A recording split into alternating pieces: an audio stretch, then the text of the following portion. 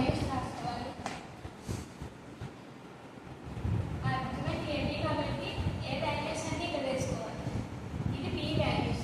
మనకి ఐడెంటిఫైకి డాట్స్ పెట్టుకున్నాం. మళ్ళీ మనం నార్మల్ ఫామ్ ఎక్లాగ్ ఫామ్లో రో ఆపరేషన్ చేసి ర్యాంక్ ఫైండ్ అవుట్ చేస్తాం కదా, అలాగా ఇక్కడ ఫైండ్ అవుట్ చేసాం. జీరోస్ వచ్చింది. Non zero rose equal to మనకి ర్యాంక్ కాబట్టి ఇక్కడ నాన్ జీరో రోస్ 3 ఉన్నాయి కాబట్టి ర్యాంక్ ఈజ్ 3 అయింది.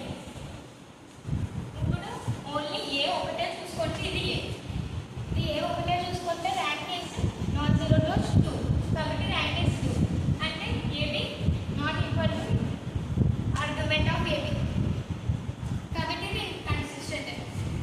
అంటే ఏ row of A and row of రో కాదు ర్యాంక్. అదే rank of A and rank argument of AB not equal to 0.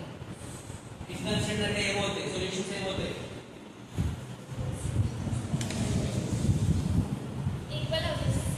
Solutions One solution వస్తుంది. One solution. అలా చెప్తా సొల్యూషన్. Z వాల్యూ ఏంటి? Z వాల్యూ వచ్చినప్పుడు వన్ సొల్యూషన్ అయితే No solution.